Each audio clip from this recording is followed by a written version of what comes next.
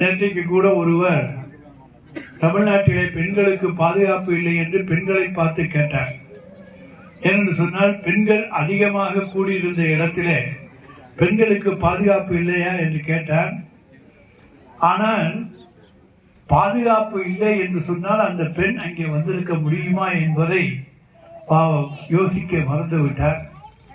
அப்படிப்பட்ட தலைவர்கள் இருக்கிற இந்த மண்ணிலே தான் துணிச்சலோடு எதையும் எடுத்து சொல்லுகிற ஆற்றல் மிக்க ஒரு முதலமைச்சராக தமிழ்நாட்டு பெண்களுடைய நலனை கருத்திலே கொண்டு பெண்களுடைய முன்னேற்றம் தான் நாட்டினுடைய முன்னேற்றம். ஒரு பெண்ணினுடைய முன்னேற்றம் என்பது அந்த வீட்டினுடைய முன்னேற்றம் மட்டுமல்ல, நாட்டினுடைய முன்னேற்றம் என்பதை உணர்ந்து இன்றைக்கு பெண்கள் சகோதரிகளுக்கு ஏராளமான திட்டங்களை வாரி வழங்கி இருக்கிற அரசு இந்த அரசு.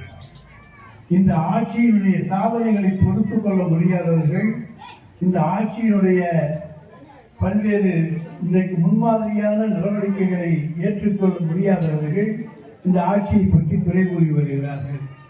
தீய சக்தி என்கின்றார்கள். தீய சக்தி என்று சொல்லுகின்றவர்களுக்கு தாங்கள் தூய சக்தியா என்பதை ஒரு முறை எண்ணி பார்த்துவிட்டு பேச வேண்டும்.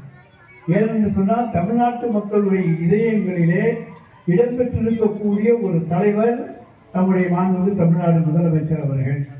இன்றைக்கு தமிழ்நாட்டு மக்களுக்காக பல்வேறு நல்ல திட்டங்களை தந்து கொண்டிருக்கிற அரசு தான் திராவிட மாடல் அரசு. இந்தியாவிலேயே நாங்கள் தருகிற திட்டங்களை போல வேறு எந்த மாநிலத்திலே தருகிறார்கள்? இந்த மாநிலத்திலெல்லாம் இந்த திட்டங்கள் தரப்படுகின்றன, அதைத்தான் தமிழ்நாட்டிலே தருகிறார்கள் என்று சொன்னால் ஏதாவது உண்மை இருக்கும். ஆனால் எந்த மாநிலத்திலும் தராத திட்டங்களை நாங்கள் தமிழ்நாட்டிலே தருகிறோம். அதை ஏற்றுக்கொள்ள மறுப்பவர்கள், இந்த திட்டங்களை தாங்கிக் கொள்ள முடியாதவர்கள், தாய்மார்களுக்கு மாதம் 1000 ரூபாய் உரிமை தொகை கிடைப்பதை தாங்கிக் கொள்ள முடியாதவர்கள், தாய்மார்களுக்கு கட்டணமில்லாத பேருந்து வசதி கிடைப்பதை தாங்கிக் கொள்ள முடியாதவர்கள், தாய்மார்களுக்கு இன்றைக்கு காலையிலே தங்கள் குழந்தைக்கு உணவு கொடுக்க முடியவில்லையே என்கின்ற அந்த குறையை நீக்கி உலகத்திலேயே எல்லா நாடுகளும் பாராட்டுகின்ற வண்ணம் காலை உணவு திட்டத்தை இன்றைக்கு தொடங்கி வைத்து அனைவரும் பாராட்டுவதற்கு உரிய முதலமைச்சராக, இந்தியாவுக்கு மட்டுமல்ல உலகத்துக்கே வழிகாட்டியான திட்டங்களை தருகிற முதலமைச்சராக மாண்புமிகு தமிழ்நாடு முதலமைச்சர்கள் இருப்பதை தாங்கிக் கொள்ள முடியாதவர்கள். அதே போல உங்களுடைய குழந்தைகள் உயர்கல்வி படிப்பதற்கு 1000 ரூபாய் தருவதை தாங்கிக் கொள்ள முடியாதவர்கள்.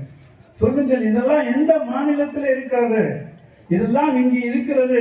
இதை மீறி இதையெல்லாம் நீங்கள் செய்யவில்லை என்று சொன்னால் மேடையிலே சொல்லுவதற்கு உங்களுக்கு அருகதை உண்டு. ஆனால் இத்தனையும் செய்திருக்கின்றோம்.